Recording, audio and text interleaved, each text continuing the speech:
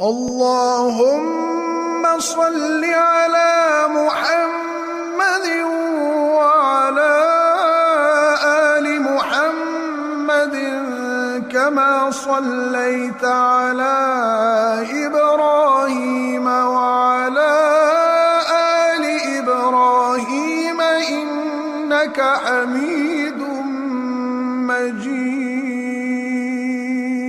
اللهم بارك على محمد وعلى آل محمد كما باركت على إبراهيم وعلى آل إبراهيم إنك حميد مجيد۔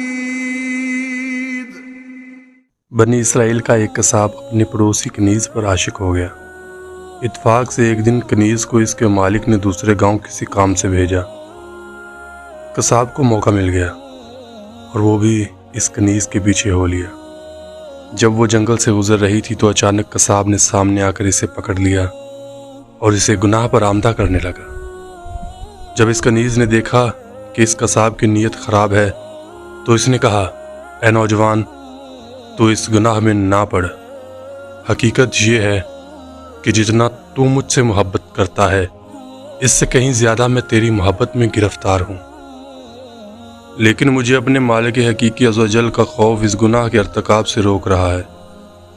اس نیک سیرت اور خوف خدا عز و جل رکھنے والی اس کنیز کی زبان سے نکلے ہوئے یہ الفاظ تاثیر کا تیر بن کر اس قصاب کے دل میں پیوست ہو گئے۔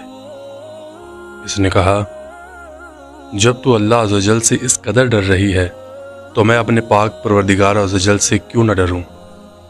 میں بھی تو اسی مالک عز و جل کا بندہ ہوں، جا تو بے خوف ہو کر چلی جا۔ اتنا کہنے کے بعد اس قصاب نے اپنے گناہوں سے سچی توبہ کی اور واپس پلٹ گیا۔ راستے میں سے شدید پیاس محسوس ہوئی، لیکن اس ویران جنگل میں کہیں پانی کا دور دور تک کوئی نام و نشان نہ تھا۔ قریب تھا کہ گرمی اور پیاس کی شدت سے اس کا دم نکل جائے۔ اتنے میں سے اس زمانے کے نبی کا ایک قاصد ملا۔ جب اس نے قصاب کی یہ حالت دیکھی تو پوچھا، تجھے کیا پریشانی ہے؟ قصاب نے کہا، مجھے سخت پیاس لگ رہی ہے۔ یہ سن کر قاصد نے کہا، ہم دونوں مل کر دعا کرتے ہیں کہ اللہ عز و جل ہم پر اپنی رحمت کے بادل بھیجے اور ہمیں سیراب کرے یہاں تک کہ ہم اپنی بستی میں داخل ہو جائیں۔ قصاب نے جب یہ سنا تو کہنے لگا، میرے پاس تو کوئی ایسا نیک عمل نہیں جس کا وسیلہ دے کر دعا کروں۔ آپ نیک شخص ہیں، آپ ہی دعا فرمائیں۔ اس قاصد نے کہا، ٹھیک ہے، میں دعا کرتا ہوں، تم آمین کہنا۔ پھر قاصد نے دعا کرنا شروع کی اور وہ قصاب آمین کہتا رہا۔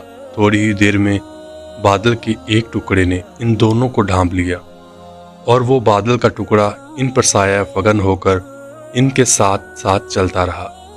جب وہ دونوں بستی میں پہنچے تو قصاب اپنے گھر کی جانب روانہ ہوا اور وہ قاصد اپنی منزل کی طرف جانے لگا۔ بادل بھی قصاب کے ساتھ ساتھ رہا۔ جب اس قاصد نے یہ ماجرا دیکھا تو قصاب کو بلایا اور کہنے لگا، تم نے تو کہا تھا کہ میرے پاس کوئی نیکی نہیں اور تم نے دعا کرنے سے انکار کر دیا تھا۔ پھر میں نے دعا کی اور تم آمین کہتے رہے، لیکن اب یہ حال ہے کہ بادل تمہارے ساتھ ہو لیا ہے اور تمہارے سر پر سایہ فگن ہے۔ سچ سچ بتاؤ، تم نے ایسی کون سی عظیم نیکی کی ہے جس کی وجہ سے تم پر یہ خاص کرم ہوا؟ یہ سن کر قصاب نے اپنا سارا واقعہ سنایا۔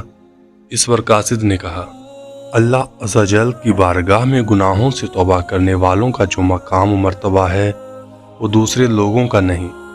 بے شک گناہ سرزد ہونا انسان ہونے کی دلیل ہے، مگر ان پر توبہ کر لینا مومن ہونے کی نشانی ہے۔